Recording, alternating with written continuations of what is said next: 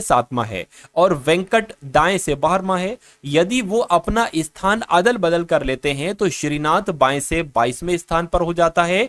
तो बताइए कि पंक्ति में कुल कितने लड़के थे। देखिए ये क्वेश्चन आया है साथियों, और अगर बात करते हैं अब आपकी जो शिफ्ट होगी उसमें सिर्फ ये नंबर चेंज कर दिए जाएंगे और ये जो श्रीनाथ है नाम है ये चेंज कर दिए जाएंगे, बाकी डिक्टो साथियों यही लैंग्वेज रहेगी।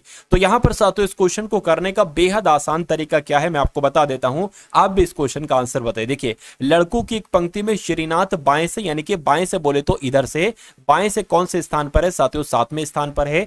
क्या नाम है साथियों, इसका नाम श्रीनाथ है, तो श्रीनाथ इनका लिख लेते हैं। चलिए श्रीनाथ बाएं से 7वें स्थान पर है और वेंकट की अगर बात करें तो दाएं से 12वें स्थान पर। वेंकट की अगर बात करें तो ये साथियों 12वें स्थान पर, इनका नाम क्या है, वेंकट इनका नाम है। इतनी बात आपको समझ में आ गई। अच्छा कह रहे हैं कि यदि ये अपना स्थान अदल बदल कर लेते हैं, यानी कि श्रीनाथ आ जाता है यहां पर और वेंकट आ जाता है साथियों यहां पर, तो स्थान अदल बदल कर लेते हैं तो श्रीनाथ बाएं से 22वां हो जाता है। यानी कि श्रीनाथ की अब काउंटिंग जो करेंगे वो इधर से करेंगे साथियों, ये 22वें नंबर पर आ जाएगा। कितने नंबर पर आ जाएगा, 22वें नंबर पर। यानी कि अब ये इसकी जगह पर आ गया है और अगर इधर से काउंट करते हैं 1 2 3 4 5 तो ये 22वें पर आता है। अच्छा इधर से अगर करते हैं तो मैं कह सकता हूं ये 12वें स्थान पर है, यानी कि इसके इधर को साथियों कितने लोग हैं, 11 लोग हैं।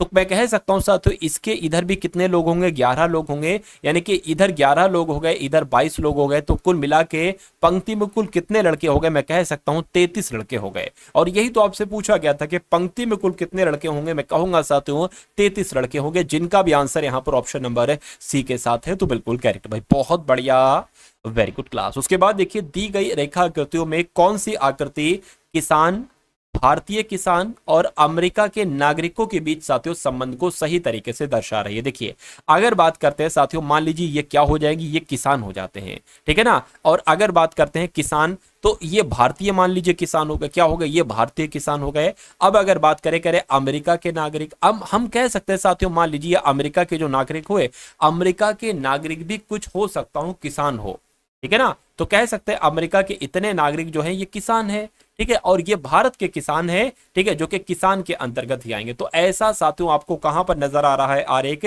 तो ऐसा कुछ ना कुछ साथियों ऑप्शन नंबर आपको ए में दिख रहा है, तो यही आपका बिल्कुल सही जवाब हो जाता है। और जिनका भी आंसर यहां पर अगर है ऑप्शन नंबर ए तो बिल्कुल करेक्ट भाई, बहुत बढ़िया, वेरी गुड क्लास। अब उसके बाद देखिए अगला सवाल आपके स्क्रीन पर है कि ए बी से बड़ा है परंतु सी से छोटा है, डी ई से छोटा है परंतु ए से बड़ा है, यदि सी डी से छोटा है तो सबसे बड़ा साथियों कौन है, ये आपसे कुल मिला के यहां पर पूछा जा रहा है साथियों। देखिए और मुझे बताइए कि यहां पर आपका राइट आंसर साथियों क्या हो सकता है। देखिए अगर बात करते हैं कि कह रहे हैं कि ए बी से बड़ा है तो कुल मिला के ठीक है, ए जो है ना, ए ये बी से बड़ा, हम यानी कि जो बड़ा होगा ना उसको साथियों हम ऊपर रखेंगे।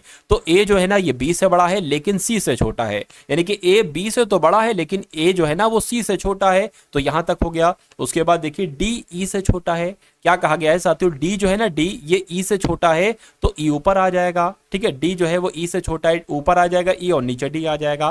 कह रहे कि लेकिन ए से बड़ा है, ठीक है ना, ए से बड़ा है, क्या कहा गया, डी जो है ये ई से तो छोटा है लेकिन ए से बड़ा है, तो ए साथियों नीचे आ जाएगा, ए से बड़ा है ना तो यहां पर आ गया। अब ऐसा करिए साथियों, अच्छा क्या कहा गया है कि यदि सी जो है डी से छोटा है, यानी कि जो सी है, सी ये डी से छोटा है, तो कुल मिला के साथियों सी जो है ना डी से छोटा है, यानी कि डी यहां पर आ जाएगा और कुल मिला के साथियों ई आपका यहां पर आ जाएगा, यानी कि आपका क्रम साथियों ये बनेगा। तो पूछा जा रहा है तो सबसे बड़ा कौन है, तो सबसे बड़ा साथियों कौन है, सबसे बड़ा साथियों कौन है, ई जो है ना ये साथियों सबसे बड़ा है, तो यही आपका क्या होगा साथियों, बिल्कुल करेक्ट आंसर हो जाता भाई, बहुत बढ़िया, वेरी गुड क्लास। तो साथियों जिन लोगों ने भी इस क्लास को लाइक नहीं किया है तो साथियों वो लोग लाइक कर दीजिए, और अगर चैनल पर आप लोग नए हैं तो चैनल को भी जरूर सब्सक्राइब करके बेल आइकन पर क्लिक कर लेंगे। अब इस क्वेश्चन को देखिए साथियों और मुझे बताइए कि इस क्वेश्चन का राइट आंसर आपका क्या हो सकता है। देखिए यहां पर साथियों 6 से 48 हो गया, तो मैं कह सकता हूं 6 चंग 36, 6 सत्ते 42, 6 सत्ते 48, तो 6 की गुणा 7 से की गई है, 48 आ गया। 8 की गुणा साथियों 7 से करेंगे तो 8 सत्ते 56 होता है, क्या 56 कहीं ऑप्शन में है तो नहीं है, यानी कि ये लॉजिक हमारा फ्लॉप हो जाएगा, फेल हो जाएगा। दूसरे लॉजिक देखिए 6 से 48 कैसे बनाया गया है, ठीक है, अगर साथियों यहां पर अगर बात करें इसकी अगर गुणा करा दी जाए किससे, 6 + 2 से इसकी गुणा करा दी जाए, ठीक है ना, 6 प्लस 2 से इसकी गुणा करा दी जाए, देखिए यहां पर तो वो नंबर आया है जो ये नंबर है और प्लस 2 कर दिया है, यानी कि 8 से गुणा कराएंगे तो साथियों 6 अट्ठे कितना हो जाएगा 48 एक तरीके से हो गया। अब यहां पर साथियों उस नंबर से गुणा कराना है, यानी कि जो ये नंबर है वही नंबर यहां पर लिखना है और प्लस में 2 कर देना है, तो ये 10 हो जाएगा। तो 8 धाम कितना हो जाएगा साथियों एक तरीके से 80 हो जाएगा, 8 धाम कितना हो जाएगा 80 हो जाएगा, यानी कि 80 के ऑप्शन में है, तो बिल्कुल साथियों ऑप्शन नंबर बी में है, तो यही आपका बिल्कुल करेक्ट आंसर हो जाता भाई। बहुत बढ़िया, वेरी गुड क्लास। चलिए साथियों उसके बाद देखिए अगला सवाल आपकी स्क्रीन पर है कि चित्र को देखा जाता है तो पुस्तक को क्या किया जाता है, खरीदा जाता है, पढ़ा जाता है, सुना जाता है या पुस्तकालय ले जाया जाता है। तो मैं कहूंगा जो यहां पर संबंध है वही संबंध इसका जो होगा वो पढ़ने से होगा, यानी कि चित्र को अगर देखा जाएगा तो पुस्तक को जाहिर सी बात है पढ़ा जाएगा। उसके बाद देखिए अगला सवाल है यहां पर साथियों डायरेक्शन का सवाल आपके सामने है। आप सभी को साथियों मालूम होना चाहिए क्या कि सीधे हाथ को दायां कहा जाता है दायां हाथ, और उल्टे हाथ को साथियों बायां कहा जाता है। डायरेक्शन भी आपको साथियों बखूबी अच्छे तरीके से मालूम होंगे कि मान लीजिए एग्जाम हॉल में आप बैठे हैं, यहां पर अगर पूरब कहेंगे तो साथियों इस तरफ आपको चलना है, अगर उत्तर कहेंगे तो साथियों इस तरफ चलना है, दक्षिण कहा जाएगा तो इस तरफ, और साथियों पश्चिम कहा जाएगा तो इस तरफ। अगर दक्षिण पश्चिम कहा जाएगा तो साथियों इस तरफ आपको चलना है। तो कुल मिला के साथियों अब इस प्रश्न को देखिए और बताने की कोशिश कीजिए कि इस क्वेश्चन का राइट आंसर आपका क्या होगा। देखिए राम अपने घर से 10 मीटर दक्षिण में चलता है, तो मान लीजिए राम अभी यहां पर है, 10 मीटर चलता है साथियों दक्षिण में और अपने किधर दक्षिण की तरफ। अच्छा एक बात यहां पर आप ध्यान कर लीजिए, अगर कभी क्वेश्चन में 10 किलोमीटर या 10 मीटर या 25 मीटर या 40 मीटर लिखा हो और अगर ऑप्शन यानी कि आंसर जो हो इसमें एक तरीके से मीटर ना हो, सिर्फ दिशा ज्ञात की जाए, तो आप क्या करेंगे, आप ये जो एक्स्ट्रा करके मैंने 10 मीटर लिखा है, फिर मान लीजिए इधर चलता है तो 5 मीटर चलता है, तो ये सब मत लिखिए आप सिर्फ साथियों डायरेक्शन आपको देखना है, तो सिर्फ आप डायरेक्ट, ठीक है ना, आप क्या करेंगे साथियों आप एक तरीके से डायरेक्शन ही चलेंगे, ठीक है ना। चलिए तो इतनी बात साथियों आपको समझ में आ गई है, तो आप इसमें अब क्या करेंगे, आप सिर्फ आप डायरेक्शन लिख लेंगे कि किधर किधर मुड़ रहा है। तो अपने घर से 10 मीटर दक्षिण में चला, तो दक्षिण में हमने चला दिया साथियों। उसके बाद कह रहे हैं कि वो फिर बाएं मुड़ता है और 25 मीटर चलता है, तो इसका बायां इधर होगा, ठीक है ना, बाएं मुड़ जाता है। कह रहे हैं कि फिर बाएं मुड़ता है और 40 चलता है, तो बायां मुड़ता है साथियों, मान लीजिए हमने यहां पर 40 चला दिया, ठीक है ना, 40 चला दिया क्योंकि ये 10 था तो ये ज्यादा ही होगा। उसके बाद कह रहे हैं कि उसके बाद दाएं मुड़ता है, ठीक है ना, दाएं मुड़ता है और 5 मीटर चलता है, स्कूल पहुंच जाता है। दाएं मुड़ता है 5 मीटर चलता है, स्कूल पहुंच जाता है। कह रहे कि उसका स्कूल उसके घर से किस दिशा में है, तो यानी कि वो पूछा जा रहा है कि यहां से, ठीक है ना, ये दिशा क्या है। देखिए ये दिशा है साथियों उत्तर और ये दिशा आपकी होती है पूर्व, और दिशा बताना है ये तो उत्तर पूर्व ही तो होगा साथियों, यानी कि आंसर आपका जो जाएगा वो उत्तर पूर्व के साथ जाएगा। और जिनका आंसर यहां पर ऑप्शन नंबर सी है तो बिल्कुल करेक्ट भाई, बहुत बढ़िया, वेरी गुड क्लास। साथियों क्लास को अगर आपने लाइक नहीं किया तो साथियों तुरंत लाइक कर दीजिए, क्योंकि एसएससी सीपीओ के अब एनालिसिस आपके आते रहेंगे जब तक आपका एग्जाम चलेगा, ठीक है ना। चलिए तो कुल मिला के अगर बात करते हैं साथियों कि इस क्वेश्चन का आपका राइट आंसर कैसे क्या यहां पर साथियों सोल्यूशन हो सकता है। देखिए अगर बात करें 5 से 11 बनाया गया है, 11 से 22 है, 22 नहीं, ये 24 है, 24 से 51 हो गया है, 51 से 106 हो गया, तो 106 से साथियों यहां पर क्या हो सकता है, ये बात आपसे कुल मिला के पूछी जा रही है। देखिए यहां पर अगर बात करें साथियों 5 एकम 5, 5 दूना 10 प्लस 1 कर दिया तो यह 11 बन गया। उसी प्रकार 11 दूना 22 और अगर 2 प्लस कर देंगे तो ये 24 बन जाएगा, क्योंकि 11 दूना 22 प्लस 2 24 हो जाएगा। तो उसी प्रकार 24 दूना 48 होता है, प्लस 48 3, आप देख पा रहे 1 बढ़ाया, 2 बढ़ाया, 3 बढ़ाया, तो यहां पर क्या करेंगे 2 से गुणा कराएंगे तो ये 102 हो जाएगा, और यहां पर 4 बढ़ाएंगे तो 106 हो जाएगा। तो अब जाहिर सी बात है कि इसकी गुणा तो 2 से कराना पड़ेगी, लेकिन उसके बाद 5 प्लस भी हमें करना पड़ेंगे। तो सबसे पहले 106 की गुणा साथियों 2 से करा ले, 6 दूना 12, 2 आ जाएगा, और इसमें साथियों 5 जोड़ दीजिए, यानी कि 217 आपका आंसर आ जाएगा, जो कि कौन से ऑप्शन में है साथियों, ऑप्शन नंबर बी में है भाई, बहुत बढ़िया, अ वेरी गुड क्लास। चलिए साथियों उसके बाद देखिए अगला सवाल आपकी स्क्रीन पर है, देखिए और मुझे बताइए कि यहां पर आपका राइट आंसर साथियों क्या हो सकता है। चलिए यहां पर थोड़ा सा मैं आपको समझा देता हूं। देखिए जैसे कि यहां पर लिखा हूं, मैं आपको एक तरीके से यहां पर बता देता हूं, क्वेश्चन में थोड़ी सी दिक्कत, देखिए ए बी है, एक सेकेंड, देखिए यहां से लिखना स्टार्ट करते हैं, ठीक है। ये क्वेश्चन में एक तरीके से लिख रहा हूं, क्या लिख रहा हूं साथियों,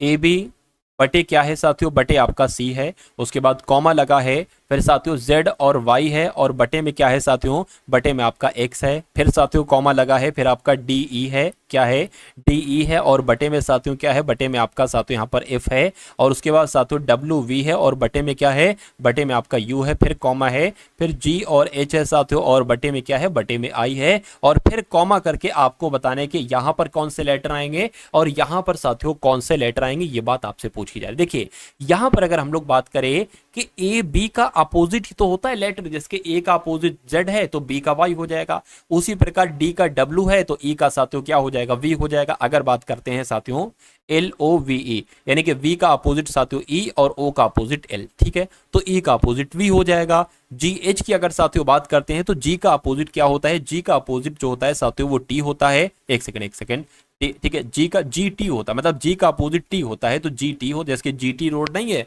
तो मैंने वैसा याद किया, जी टी रोड, यानी कि जी का अपोजिट टी और टी का अपोजिट जी। एच का अपोजिट क्या होता है साथियों, ये मैंने याद किया है शर्ट से, ठीक है ना, जैसे शर्ट लिखते हैं ना शर्ट, तो एस का अपोजिट एच और आई का अपोजिट आर, तो एच का अपोजिट क्या हो जाएगा, एस हो जाएगा, तो जी एस साथियों यहाँ पर जी एस थोड़ी ना साथियों, एक सेकेंड, अरे भाई मुझे यहाँ पर टी लिखना चाहिए, मुझे यहाँ पर क्या लिखना चाहिए, मुझे यहाँ पर टी लिखना चाहिए, तो मैं यहाँ पर एक बार क्या लिख देता हूँ, एक सेकंड, इसको इरेज ही कर डालता हूँ। तो अब अगर यहाँ पर बात करें तो जी का अपोजिट मैंने आपको बताया जी टी होता है, टी आ जाएगा, और यहाँ पर साथियों क्या आ जाएगा, यहाँ पर एस आ जाएगा, एच का अपोजिट एस होता है। अच्छा यहाँ पर अब ये नीचे क्या चल रहा है, पहला तो ये आप देखिए कि जहां पर टी एस लिखा हो वो आपका आंसर होगा, तो टी एस तो भाई ऑप्शन नंबर बी में लिखा हुआ है, लेकिन ये नीचे वाला साथियों क्या माजरा है, देखिए 3 है, यहाँ पर 3 है, और ये क्या है, एक तरीके से 24 है, ये आपका 6 है, ये आपका 6 है, और ये आपका क्या है साथियों, एक तरीके से 21 है, और ये आपका 9 है। अच्छा यहाँ पर एक चीज देखिए, 3 से 6 हुआ है, ठीक है ना, 6 से 9 हुआ है, तो कुल मिला के अगर इसके आगे वाला नंबर देते तो 12 हम बता देते। अच्छा यहाँ पर देखिए 24 से 21 हुआ है, यानी कि 3 घटाया गया है, तो यहाँ पर जब 3 घटाएंगे तो 18 आएगा, और 18 पर आर होता है। क्या नीचे 18 है, तो मैं कहूंगा बिल्कुल 18 है, तो आपका आंसर जो जाएगा वो ऑप्शन नंबर बी के साथ जाएगा। भाई बहुत बढ़िया, वेरी गुड क्लास। तो साथियों अब अगर बात करें अगले नंबर के क्वेश्चन की, तो देखिए और बताइए कि इस क्वेश्चन का राइट आंसर आपका क्या होगा, कि यदि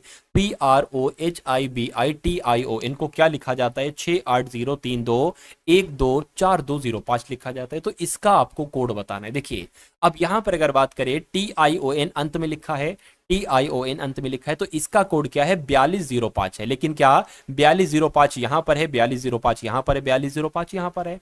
अब अगर बात करते हैं, अब देखिए सबसे अलग नंबर आप लोग क्या करें एक बार देख लेंगे, तो जरा देखिए शुरू के दो ना देखिए, क्योंकि शुरू के दो में तो क्या है साथियों सब सेम है। तीसरा जरा देखिए, तीसरे नंबर पर क्या है, एच है, तो एच का कोड देखिए जरा, एच का कोड ये चौथा वाला है, यानी कि 3 हो जाएगा। तो 3 कहां पर है, 3 एक तो साथियों यहां पर है, और 3 एक तो यहां पर है, यानी कि अब आंसर ये नहीं हो सकता, ये नहीं हो सकता। उसके बाद साथियों एक बार और देख लीजिए आप, क्या ठीक है ना, उसके बाद देख लीजिए एक तो चौथे नंबर वाला देख लीजिए, 1 2 3 4, यानी कि आई का कोड देख लीजिए, आई का कोड क्या है साथियों, 1 2 3 4, आई का कोड आपका साथियों 4 है, ठीक है ना। तो कुल मिला के 4 अगर बात करते हैं, 4 तो यहां पर नहीं है, क्या दिक्कत हो गया क्या, देखिए एक सेकेंड, अरे भाई शुरू से देख लो, ऐसा कर लो, ठीक है। आई का कोड क्या है आपकी समझ में भी आ जाएगी, ये भी एक अच्छी बात है, ठीक है। आई का कोड क्या है साथियों, आई का कोड आपका क्या है, ये 4 है, एक सेकेंड, आई का कोड क्या है, आई कहां पर है, आई आपका ये हो जाएगा, और आई का कोड क्या है, 1 2 3 4 5, 1 2 3 4 5, 2 है, बिल्कुल 2 है, और ये भी 5 है।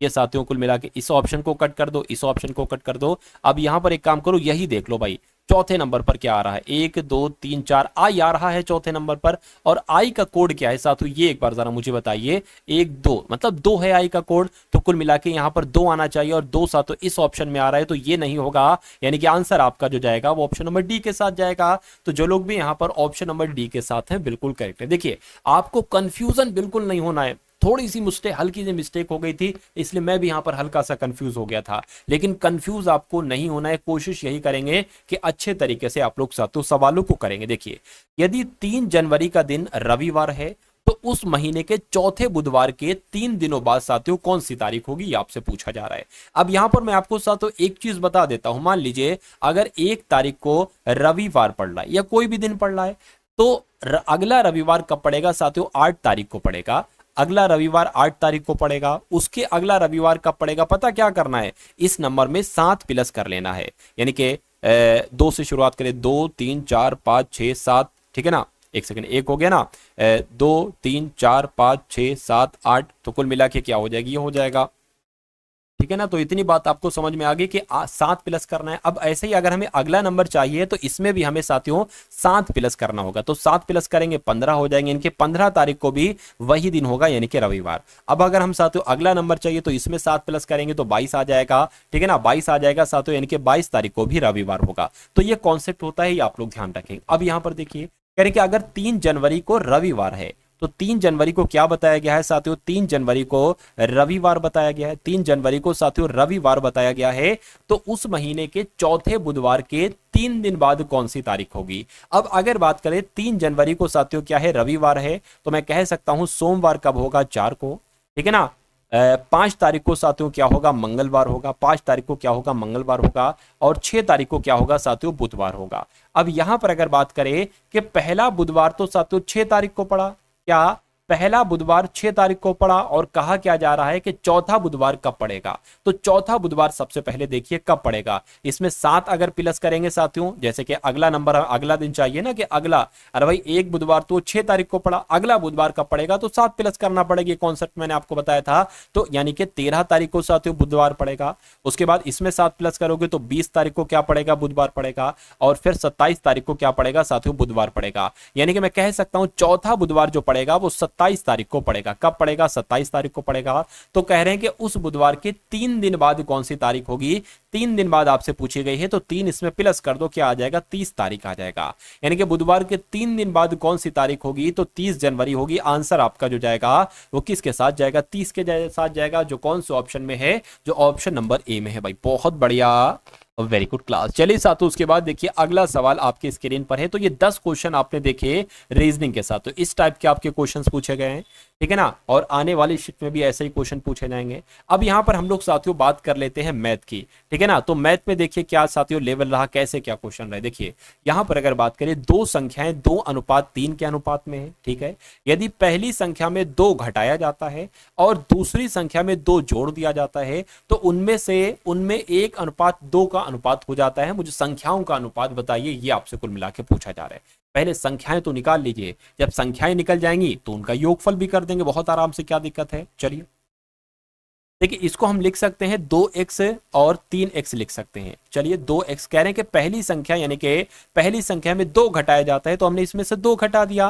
कहने के दूसरी संख्या क्या है, 3x दूसरी संख्या है, और इसमें 2 जोड़ा जाता है, तो इसमें हमने 2 जोड़ लिया। कहने के जब इतना किया जाता है तो इनका अनुपात 1:2 होता जाता है, तो इनका अनुपात साथों 1:2 कर दिया। अब इसको कैलकुलेट कर लो और x का मान निकाल लो। x का मान इसमें फिट कर दोगे तो साथियों दोनों संख्याएं आपको पता चल जाएंगी, उनको ऐड कर देना तो आपका आंसर आ जाएगा। चलिए 2 दूना 4 यानी कि 4x हो जाएगा, माइनस 2 दूना कितना हो जाएगा, 4 हो जाएगा, बराबर ये वैसे ही आ जाएगा, 1 से गुणा होगी 3x + 2 आ जाएगा। अब देखिए 4x है ना, 4x ये बराबर के उधर है, 3x इधर आएगा तो माइनस का हो जाएगा 3x, बराबर साथियों ये 4 माइनस का है, उधर जाएगा प्लस हो जाएगा, यानी कि 2 + 4 कितना हो जाएगा साथियों, 6 आ जाएगा।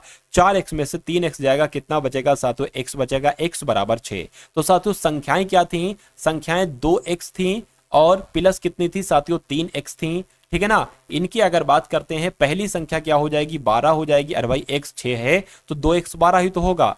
तीसरी संख्या क्या, दूसरी संख्या क्या हो जाएगी, 18 हो जाएगी। इनका एक तरीके से अगर योगफल करोगे तो कितना आएगा साथियों, 30 आएगा। तो संख्याओं का योग कितना निकला साथियों, 30 निकला। 30 आपका बिल्कुल करेक्ट आंसर हो जाता। भाई बहुत बढ़िया, वेरी गुड क्लास। चलिए उसके बाद देखिए साथियों अगले नंबर का क्वेश्चन आपकी स्क्रीन पर। देखिए यहां पर अगर हम लोग बात करते हैं क्या, कि इसको साथियों सॉल्व करके बताइए क्या है। जैसे 1/3 माइनस 1/1 है, उसके बाद 2 माइनस 1/7 है। तो इसको कैसे करते हो, देखो आप इन ऊपर चीजों को मत देखो, आप देखो सिर्फ इसको कैसे आप सॉल्व करोगे। 2 माइनस 1/7 को 7 दूना 14, ठीक है ना, 14 में से 1 जाएगा, यानी कि देखिए 14 माइनस 1/7 क्या हो जाएगा, 13/7 हो जाएगा। तो इस पूरे की जगह पर साथियों क्या आ जाएगा, 13/7 आ जाएगा। तो 13 ये हो गया, 7 ये हो गया, इसको हटा दीजिए। अब देखिए ये नीचे है ना 7, ये ऊपर चला जाएगा, ये यहां पर 7 चला जाएगा। अब इसको भी हटा दीजिए, 13 × 39 हो जाएगा। तो ये आपका कितना हो गया, 13 × 39 हो गया,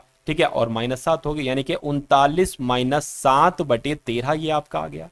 ठीक है ना, ऐसे करके आ गया आपका ये 39 में से 7 जाएगा, कितना बचेगा, 32/13 बचेगा। यानी कि यहां पर साथियों 32 आ गया, ठीक है ना, और यहां पर नीचे 13 आ गया। अब ये 13 ऊपर चला जाएगा तो 13/32 आपके सामने आ जाएगा। क्या 13/32 आपके सामने आ जाएगा? तो क्या 13/32 ऑप्शन में है? तो बिल्कुल साथियों ऑप्शन में है, ऑप्शन नंबर ए में है। तो यही आपका बिल्कुल करेक्ट आंसर हो जाता भाई। बहुत बढ़िया, वेरी गुड क्लास। उसके बाद देखिए अगला सवाल आपकी स्क्रीन पर है, आपसे पूछा जा रहा है कि 40% लोग चाय पीते हैं, 50% लोग कॉफी पीते हैं तथा 10% चाय और कॉफी दोनों पीते हैं। कितने प्रतिशत लोग ना तो चाय पीते हैं और ना ही कॉफी पीते हैं, ये आपसे कुल मिला के पूछा जा रहा है। देखिए सवाल को आसान बनाने के लिए हम सबसे पहले क्या करेंगे, यहां पर पूछा जा रहा है कि कितने प्रतिशत लोग ना तो चाय पीते हैं ना तो कॉफी पीते हैं।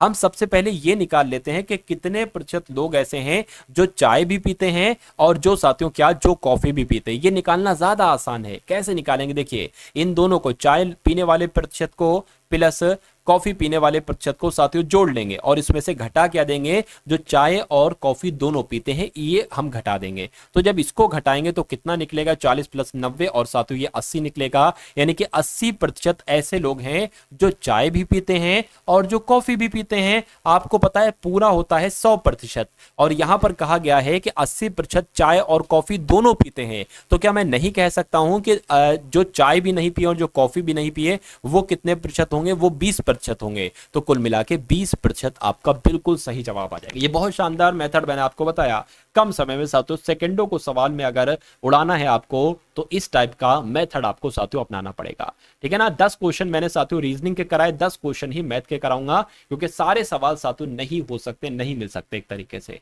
चलिए, तो जितना आपके पास है, जितना आपको दिया जा रहा है उतना कंटेंट आप देखेंगे।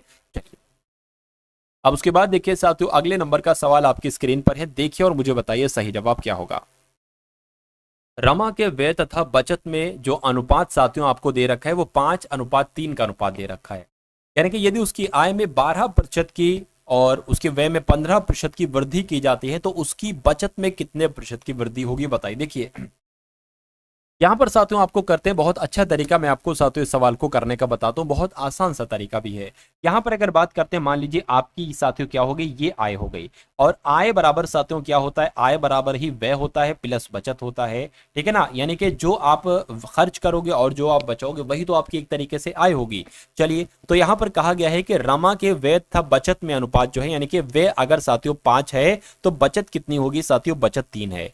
हम इसको अनुपात में इसको 50 और 30 भी कह सकते हैं, इसको 500 इसको 300 भी कह सकते हैं। तो ऐसा करो, इसको 500 और इसको 300 कह लो, थोड़ा सा अच्छा लगेगा। यानी कि अगर तो मैं कह सकता हूं साथियों, देखिए अगर व्यय करता है वो 500 रुपए और बचाता है वो 300 रुपए, तो जाहिर सी बात है उसकी आय क्या होगी, उसकी इनकम 800 होगी। अच्छा, कह रहे हैं कि उसकी आय में 12% की वृद्धि हो जाती है, यानी कि उसकी आय में 12% की वृद्धि हो जाती है। तो इसका 12% होता आखिर कितना है, ये जरा निकालिए। इन जीरो से ये जीरो का हो जाएगा, 12×5 = 60, 12×6 = 72, 12×7 = 84, 12×8 = 96 हो जाएगा। यानी कि 896, 800 तो उसकी आय है, जब 12% की वृद्धि की जाती है यानी कि 96 उसकी आय बढ़ जाती है। तो अब उसकी आय कितनी हो गई, 896 अब उसकी आय हो गई। कह रहे कि जो उसकी व्यय है ना उसमें 15% की वृद्धि की जाती है, व्यय उसकी है 500, कितनी है, 500 व्यय है, और व्यय में जब 15% की वृद्धि कर देते हैं तो कितनी हो जाती है, देखिए जरा, 15×5 = 75, यानी कि 75 बढ़ जाती है। तो व्यय में जब 15% की वृद्धि करेंगे तो 500 से व्यय 575 हो जाएगी। इतनी बात आपको साथियों समझ में आ गई। अब अगर बात करते हैं, देखिए आय, अब अगर बचत हम बताएं कि बचत यहां पर मतलब अगर कोई 896 रुपए कमा रहा है, 896 रुपए कमा रहा है और 575 रुपए साथियों खर्च कर देता है तो उसकी बचत कितनी निकलेगी, बचत देख लेते हैं साथियों कितनी निकलेगी, 321 रुपए उसकी बचत निकलेगी। अब यहां पर साथियों पहले तो बचत उसकी 300 थी, लेकिन अब 321 बचत उसकी हो चुकी है। तो यही तो आपसे पूछा जा रहा है कि उसकी बचत में कितने प्रतिशत की वृद्धि होगी। अगर ये पूछा जाता कि उसकी बचत में कितनी वृद्धि होती है तो कोई दिक्कत नहीं थी, 21 की वृद्धि हुई। लेकिन पूछा जाए कि उसकी बचत में कितने प्रतिशत की वृद्धि हुई, कितने ज्यादा की वृद्धि, कितने की वृद्धि हुई, तो मैं कहूंगा 21 की वृद्धि हुई। अरे भाई 300 से 321 हो गई, इसको प्रतिशत में बदलने के लिए 100 से गुणा कराएंगे। और ये जो 21 की वृद्धि हुई है, ये किससे वृद्धि हुई है, 300 से 21 की वृद्धि हुई है, तो 300 यहां पर लिखना पड़ेगा। इन दो जीरो से ये दो जीरो कैंसिल हो जाएगा, 7 3 एकम 3, 3 सत्ते 21 हो जाएगा। तो मैं कह सकता हूं साथियों कि उसकी बचत में 7% की वृद्धि हुई है, यानी कि 7% आपके इस क्वेश्चन का बिल्कुल सही जवाब हो जाएगा। उसके बाद देखिए अगले नंबर का साथियों सवाल आपके स्क्रीन पर है, देखिए और मुझे बताइए कि इस क्वेश्चन का आखिर राइट आंसर क्या होगा। चलिए, यहां पर कहा गया है कि एक धनराशि ए बी सी में जो बांटी गई है, यानी कि ए को जो धनराशि मिली है वो 3 मिली है, बी को 5 मिली है, सी को 12 मिली है, यानी कि ए और बी दोनों का जो कुल भाग है वो सी से 800 कम है। ठीक है ना, ए और बी का जो कुल भाग है वो सी से 800 कम है, कोई दिक्कत नहीं है। अब देखिए यहां पर ए और बी और साथियों क्या है, और साथियों सी है, इनके अनुपात की अगर बात करें तो साथियों 3x, एक सेकेंड, यहां पर 3 5 लिख दिया मैंने, 3x अनुपात 5x और अनुपात साथियों 12x लिखा हुआ, इतनी बात आपको समझ में आ गई। अब यहां पर कहा गया था कि a और b का दोनों का कुल भाग कितना है, 8x है, 8x है, और ये c से 800 रुपए कम है, और ये कितना है, 12 है, यानी कि इनका डिफरेंस जो दे रखा है साथियों वो एक तरीके से 800 दे रखा है, यानी कि ये c ज्यादा है 800। तो 12x माइनस 8x बराबर 800 है, तो 4x बराबर कितना हो जाएगा साथियों, 8x हो जाएगा, यानी कि x बराबर क्या हो जाएगा, 800 बटे 4 हो जाएगा, यानी कि x बराबर हो जाएगा साथियों 200। x बराबर क्या हो गया, x बराबर साथियों 200 आ गया। चलिए कोई दिक्कत नहीं है। अब यहां पर अगर बात करें, पूछा क्या गया था कि a का भाग कितना है, तो a की अगर साथियों बात करते हैं कि a का यहां पर साथियों भाग कितना है, तो आप लोग भी साथियों देख पा रहे होंगे, a है 200 और a है मतलब x बराबर जो निकला है 200 निकला है, और a कितना है साथियों 3x है, तो 200 की 3 से गुणा साथियों कराओगे कितना आ जाएगा साथियों, 600 आ जाएगा। तो मैं कह सकता हूं a का भाग जो है वो 600 है। कितना है साथियों, a का भाग जो है वो 600 है, इसलिए जिनका भी आंसर यहां पर है ऑप्शन नंबर सी है तो बिल्कुल करेक्ट है। अगर पूछा जाता b का भाग कितना है, तो 200 से 5 की गुणा कराते, ठीक है ना, 200 की 5 से गुणा कराते। अगर c का भाग पूछा जाता तो 200 की 12 से गुणा कराते, सिंपल सी बात है। उसके बाद देखिए अगला सवाल आपकी स्क्रीन पर है, देखिए और मुझे बताइए कि इस क्वेश्चन का राइट आंसर आपका क्या हो सकता है। चलिए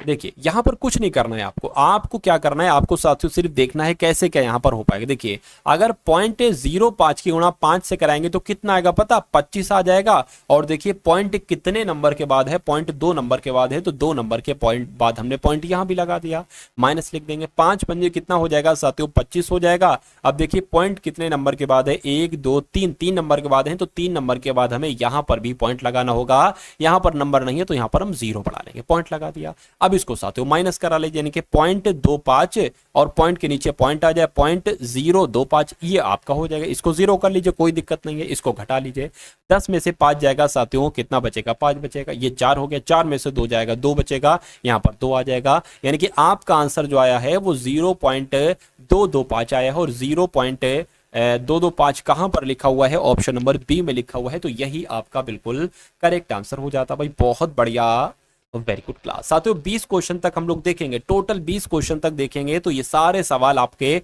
आने वाले एसएससी सीपीओ के एग्जाम में साथियों बहुत कारगर एक तरीके से होंगे। तो मेरा मानना है इन सभी क्वेश्चंस को देखिएगा, और अब आपकी जो एनालिसिस एक तरीके से होगा उसको भी देखिए और अपने एग्जाम को क्रैक कीजिएगा। देखिए अगर यहां पर बात करते हैं कि 17 की गुणा 29 से करिए, 27 की गुणा 15 से करिए, 8 की गुणा साथियों 4 से करिए, तो कितना हो जाएगा, 4 अट्ठे तो साथियों 32 हो जाएगा, प्लस 27 की अगर 15 से गुणा करते हैं तो 7 पंजे आपका 35 हो जाएगा, 5 दूना 10 और 1 13 आ जाएगा, और यहां पर साथियों 27 आ जाएगा, 504, यानी कि यहां पर साथियों 405 आ जाएगा।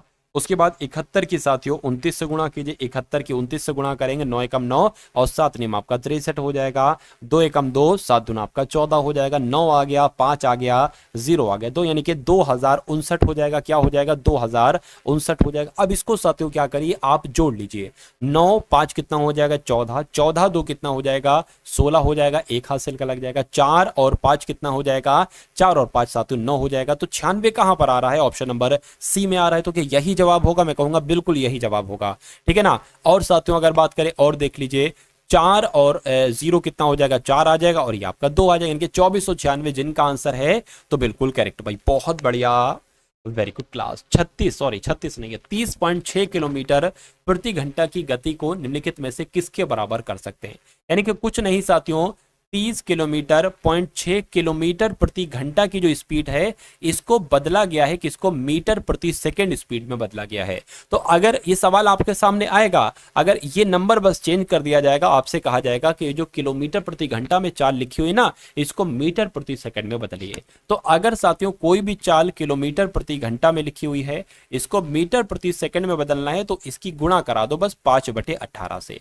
5/18 से गुणा कराओगे, आंसर आपका आपके सामने आ जाएगा। तो देखिए भाई, 3 छंग 18 हो जाएगा, 3 कम 3 0 लग गया, पॉइंट लगा दे, 3 दूना 6 आपका हो जाएगा। ठीक है ना, इसको अगर कट करोगे 6 कम 6 हो जाएगा, और ये 4 चला जाएगा, 42 हो जाएगा, 6 छंग से 6 7 42 हो जाएगा, 17 पंजे 85 होता है, पॉइंट लगा है तो बीच में पॉइंट आ जाएगा, यानी कि 8.5 मीटर प्रति सेकंड साथियों चाल हो जाएगी, अगर इस चाल को मीटर प्रति सेकंड में बदलोगे।